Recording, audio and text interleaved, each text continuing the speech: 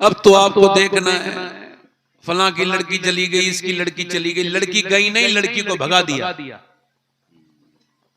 लड़की को दीन नहीं सिखाया, लड़की को बर्बाद कर दिया दुनिया की चीजें सुना सुना के।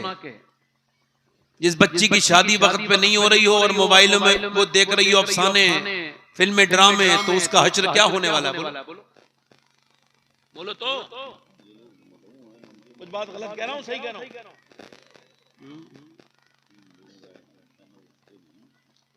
जब ना माँ कुरान पढ़े ना बच्चे कुरान पढ़े। मदीने में एक लड़की कुरान पढ़ रही है, मेरी बहनें सुन रही हैं, वे सुना रहा हूं। माशाअल्लाह। ये भाई रुमाल भाई कहां जा रहे हो भाई? इतने अच्छे इंसान हो आप, माशाअल्लाह। हाँ चलो तो 5-10 मिनट और रह गए, वो सुन लो, दिल लगा के बोलो सुभान अल्लाह। आजकल छुट्टी मनाने आए लोग इस इलाके में, वो सोचते हैं जब तक सुनना है सुन लो। कुछ लोग तो हमारी बात पे ध्यान नहीं दे रहे। जो ध्यान नहीं दे रहे हैं, अफसोस की बात यह है कि वो भी मरेंगे, और जो ध्यान दे रहे हैं वो भी मरेंगे। मगर जो खुदा रसूल से दिल लगाएंगे उनकी मौत आसानी से आएगी। और जिनको ये सब मजाक लगता है, मरने के बाद वो सब समझ लेंगे कि ये बातें खास इसको हमने समझ लिया होता। बच्चियां 8 साल की 9 साल की जीन्स पहन रही है मुसलमानों की, मर्दों का लिबास पहन रही है, कोई समझाने वाला नहीं। एक बच्ची कुरान पढ़ रही है मदीने में। कहां कुरान पढ़ रही है? बोलो कहां पढ़ रही है? और जब वो कुरान पढ़ रही है, कुरान पढ़ते पढ़ते उसके सर से दुपट्टा नीचे गया है। हालांकि 6 साल की बच्ची पे पर्दा फर्ज नहीं। बच्चा जब दुपट्टा नीचे गया तो माँ ने बच्चे के सर, बेटी के सर पे दुपट्टा रखा काम छोड़ के। तो बेटी ने कहा अम्मी आपने मेरे सर पे दुपट्टा क्यों रखा? इस वजह से नाना नाराज हो जाते हैं बेटी, जब तुम सर पे दुपट्टा नहीं रखोगी। मालूम है बच्ची कौन थी? वो पूरी कायनात में उसके बाद फिर इतनी अजीम लड़की कोई पैदा ना हुई है ना होगी, क्योंकि अल्लाह ने जो उसको मर्तबे अता किए, ये कोई आम लड़की नहीं थी जो कुरान पढ़ रही थी, ये ज़ैनब थी, ये हुसैन इसका भाई सारे शहीदों का सरदार है, इसकी मां फातिमा सारी जन्नती औरतों की सरदारा है, इसका बाबा अली वलियों का सरदार है, नाना मुस्तफा सारे नबियों के। और आज आपकी बेटी के सर पे दुपट्टा नहीं रखा जा रहा, और नबी की बेटी अपनी बेटी के सर पे दुपट्टा है। एक साहब से मैंने कहा अपनी बेटी को समझाओ, ये काफी बड़ी हो गई, अब जीन्स पहन रही है। कहने लगे साहब आप अपना काम करो। मैं कहा हम तो अपना काम कर ही रहे हैं, तो ही तो कह रहे हैं तुमसे। कहने लगे साहब हम अपनी बेटी पे बड़ा भरोसा है। ओए तू जाहिल है, ये बता कुरान में अल्लाह ने किसके लिए कहा? पहले कहा है नबी आप फरमाएं, किससे? अपनी बीवियों से, अपनी बेटियों से, कि वो अपने सर को, अपने चेहरे को ढके। तो ये बता तेरी बेटी ज्यादा भरोसे के लायक है या मेरे रसूल की बेटी ज्यादा भरोसे के लायक? बात रही, जवाब नहीं, जिंदाबाद जिंदाबाद, जवाब नहीं, जिंदाबाद जिंदाबाद। अब फिर 12-13 साल के बाद वही जो आदमी मुझसे कह रहा था भरोसा है, वही थाने में बैठ के कह रहा था मेरी बेटी मेरी इज्जत बचा ले, मेरी इज्जत गैर मुस्लिम के साथ न जा, हमारे मजहब का नहीं है। बेटी कह रही है चल अब्बा अब तेरा सिर्फ मेरा मामला नहीं है, तूने जब मेरे शादी करनी थी वक्त में नहीं की, अब क्या बात करता है? अब तो मैं बहुत ज्यादा आगे चली गई, पीछे नहीं आ सकती। मेरे भाई ये बच्ची कुरान पढ़ रही है, 6 साल की बच्ची। सुनो, जब माँ ने कहा बेटी सर पे दुपट्टा रख, तो सैयदा ज़ैनब ने सर पे दुपट्टा रख लिया, फिर रोने लगी और रोई। सैयदा फातिमा आई, क्यों रोती है ज़ैनब? कहने लगी अम्मी जान नाना से कह देना इस बार तो मुझे माफ कर दें, अगली बार ज़ैनब गर्दन कटा सकती है मगर सर से दुपट्टा नहीं हटाएगी, अगली बार ज़ैनब गर्दन कटा सकती है। मेरे इमाम हुसैन ने करबला से फरमाया आप सब हुसैनी हो, किस बात के हुसैनी हैं हम? ज़ैनब मालूम है कौन है? ज़ैनब वही है जिसके सर से दुपट्टा भी खींच लिया गया, फिर भी उन्होंने अपने बालों को सर पे अपने बालों से चेहरा ढका और कहा ऐ मेरे नाना मैं वही ज़ैनब हूँ जिसे आप गोद में खिलाते थे, मगर मेरा दुपट्टा छीन लिया गया तो माफ कर देना, बालों के अलावा मेरे पास कुछ सूरत नहीं थी, तो बालों से चेहरा ढक लिया, बालों से चेहरा ढक लिया। हुसैन अपनी बहन से कह रहे हैं, मेरी बहन मेरी शहादत के बाद चीखना चिल्लाना नहीं, पर्दे में रहना। काश मैं अपनी बहनों से ये बात कह पाता।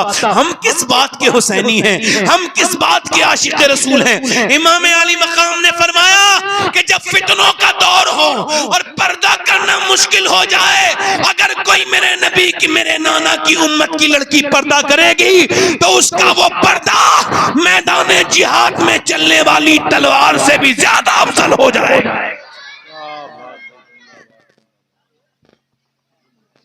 मैदान जिहाद आज 10 मिनट की बात रह गई है बस।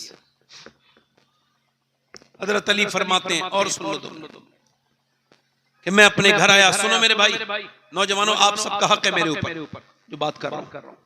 मैं अपने घर पे आया, 15 दिन के बाद कहते मेरी बीवी ने दरवाजा खोला, मुस्कुरा के सलाम कर दिया। ये पहला जरूरत है, औरत पे पहला वाजिब है कि जब शोहर आए तो उसके लिए मुस्कुरा के सलाम करें, अच्छा माहौल कायम करें। हज़रत अली कहते हैं मैंने कहा खाना दो, भूख लगी, उन्होंने पानी दे दिया। प्यास नहीं लगी थी, भूख लगी है। मौला अली फरमाते हैं मैंने देखा वो अंदर चली गई, फिर आवाज दी नहीं आई, फातिमा खाना लाए नहीं आई, फातिमा खाना लाए नहीं आई। कई बार आवाज दी तो अंदर से रोने की आवाज आई। मैंने जाके देखा तो देखा दोनों आलम के मालिक को मुख्तार की बेटी बैठ के रो रही है। मैंने कहा क्यों रोती हैं आप सैयदा? फरमाने लगी मेरे सरताज आपको खाना न देने का अफसोस है, इस वजह से मेरा शौहर सफर से आए भूखे, खाना नहीं दे पा रही। कहा क्यों? कि जब आप घर से गए थे कई दिन का फाका था, आज आए हैं तो कई दिन का फाका है। हज़रत अली कहते हैं मेरी आंखों में आंसू। तरीका तो देखो कितना अच्छा है।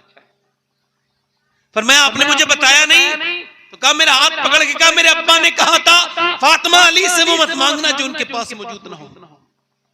ते मौला अली मैं अल्लाह रोने लगा, फिर फातिमा भी रोई। मैंने कहा क्यों रोती हैं? फरमाने लगी मेरे सरताज आप चले गए थे और मेरे अब्बा के घर में 16 दिन से चूल्हा नहीं जला है।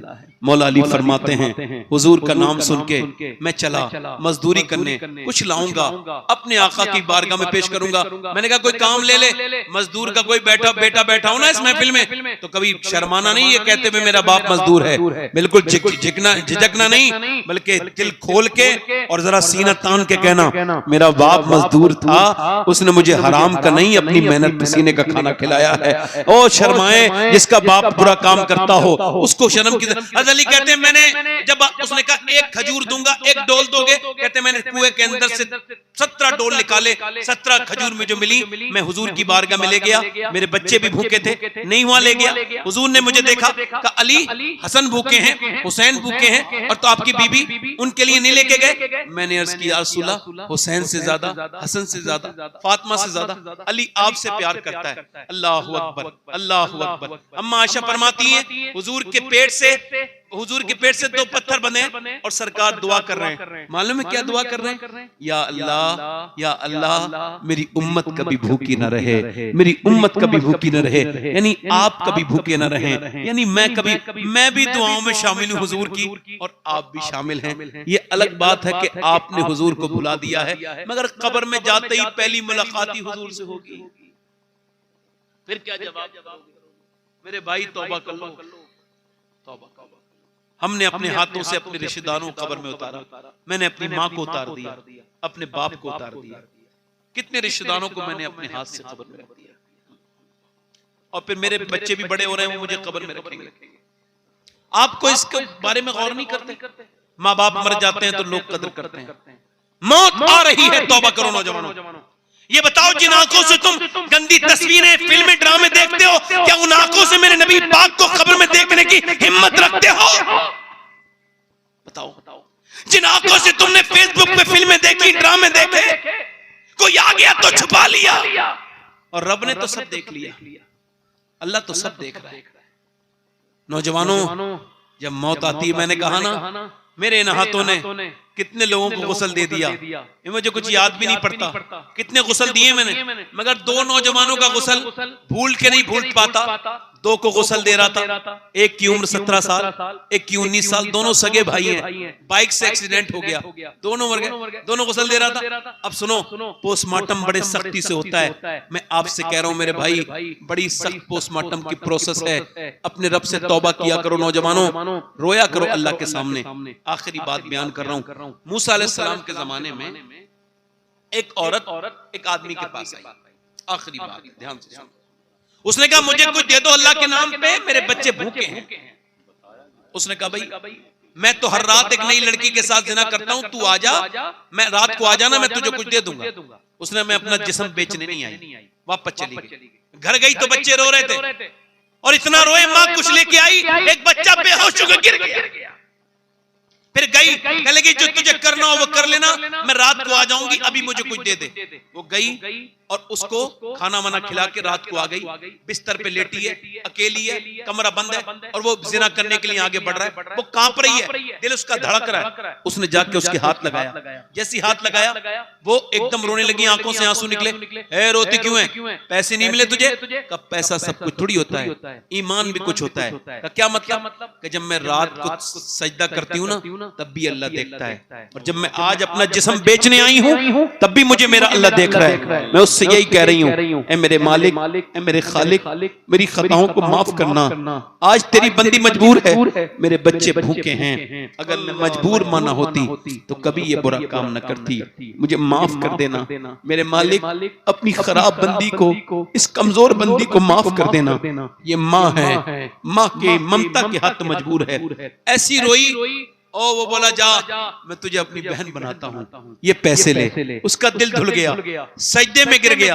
नेक आदमी अगर किसी के सामने रो देना तो अल्लाह उसका दिल बदल देता है। एक औरत ने जानी के 3-4 मिनट के अंदर जानी को सजदे में गिरा दिया। सजदे में जाके बोला मालिक मेरे जैसा अगर कोई गुनहगार नहीं तो तेरे जैसा करीम भी कोई नहीं। एक रात आई थी, जिना तक उसने हाथ तक नहीं लगवाया, और मैंने तो कितनी लड़कियों की इज्जतें लूटी हैं। अगर मेरे जैसा गुनहगार कोई नहीं तो तेरे जैसा करीम कोई नहीं। सो गया, सुबह को दरवाजा खुला।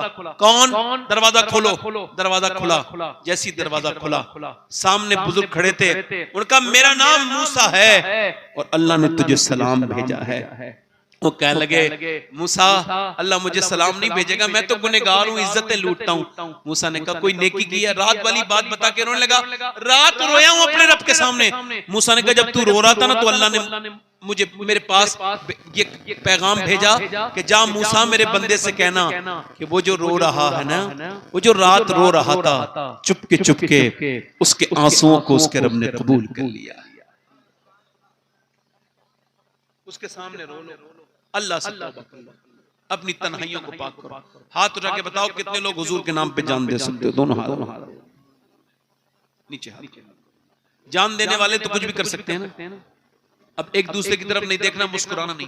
कितने लोग ऐसे हैं जो हुजूर के नाम पे आज से जान भी दे देंगे और आज से पूरी दाढ़ी भी रखा लेंगे। इस महफिल में खड़े हो जाए, खड़े हो, इधर आ जाओ, बाहर आ जाओ, इधर आ जाओ। सोच लो पहले, पूरी दाढ़ी रखानी है आज से।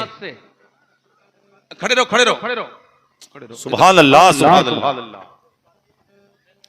नौजवान जो बच्चे बैठ जाएं, जिनकी दाढ़ी आ गई है वो आ जाएं। सुभान अल्लाह, सुभान अल्लाह। अच्छा इधर आ जाओ। सुभान अल्लाह, आ गया। आओ, 100 शहीदों का सवाब है एक दाढ़ी पर। आओ, सुभान अल्लाह, सुभान। हर नबी के दाढ़ी, हर वली के दाढ़ी। सुभान अल्लाह, सुभान अल्लाह। दाढ़ी सुन्नत है मेरे हुजूर की। दाढ़ी मुड़ाना कटाना ये नाजायज है, हराम है। एक मुट्ठी आज से विराट कोहली वाली नहीं, मौला अली वाली दाढ़ी रखानी है इंशाअल्लाह, है ना। आगे आ जाओ। आज समझ रहे पूरी एक मुट्ठी रखानी है ना। अच्छी लड़की से शादी करनी अगर है ना तो एक ही तरीका है, शादी से पहले दाढ़ी रखा लो। खराब लड़की से बच जाओगे, क्योंकि बिगड़ी हुई लड़कियां दाढ़ी वाला पसंद नहीं करती। दाढ़ी वाला वही पसंद करती है जिसे मदीने वाला पसंद है। जिंदाबाद, जिंदाबाद। 1 2 3 4 5 6 7 8 9 10 11 और कोई है सुन्नत रसूल वाला? माशाल्लाह। चलो आप वादा करो इंशाल्लाह दाढ़ी रखाओगे पूरी, वादा करते हो? आज के बाद इंशाल्लाह न दाढ़ी कटेगी न मुड़ेगी इंशाल्लाह, पूरी सुन्नत रखाएंगे। या अल्लाह इन्हें इस्तिकामत अता फरमा मालिक, नेक बनाए इन्हें परवरदिगार। बैठ जाइए, बैठ जाइए, जहाँ खड़े हैं बैठ, जगह है, बैठ जाइए। हुजूर की आंखों की ठंडक है नमाज इंशाल्लाह पढ़ेंगे। इंशाल्लाह इंशाल्लाह। बोलो कामयाबी कायम है सजदा करने में, कायम है बोलो सजदा करने में। हाँ, दोनों हाथ उठा के बोलो इंशाल्लाह नमाज पढ़ेंगे इंशाल्लाह। अपनी बहन बेटी को पर्दे के लिए कहेंगे इंशाल्लाह। अल्लाह ताला की बारगाह में दुआ करता हूँ दौरान तकरीर जो मुझसे गलती अल्लाह माफ करे, मैं तौबा करता हूँ, आप भी तौबा करें। अस्तगफिरुल्लाह रब्बी मिन कुल्लि ज़म्बिन व अतूबु इलैह। पढ़ी ला इलाहा इल्लल्लाह मुहम्मदुर रसूलुल्लाह। मेरी जिंदगी का मकसद तेरे दीन की सरफराजी, मैं इसलिए मुसलमान, मैं इसलिए नमाजी, इस्लाम जिंदाबाद, मसलक आला हज़रत पाइंदाबाद। लक़द कान लकुम फ़ी रसूलिल्लाहि उसवतुन हसना, सदक़ल्लाहुल अज़ीम। अल्लाह ताला इस माइक वाले पे अपनी मेहरबानी फरमाए। अल्लाह ताला करे तो मुस्तकबिल में कभी कोई और तकरीर करने वाला इस माइक से उसका वास्ता ना हो। आमीन। अस्सलामु अलैकुम व रहमतुल्लाहि व बरकातहू।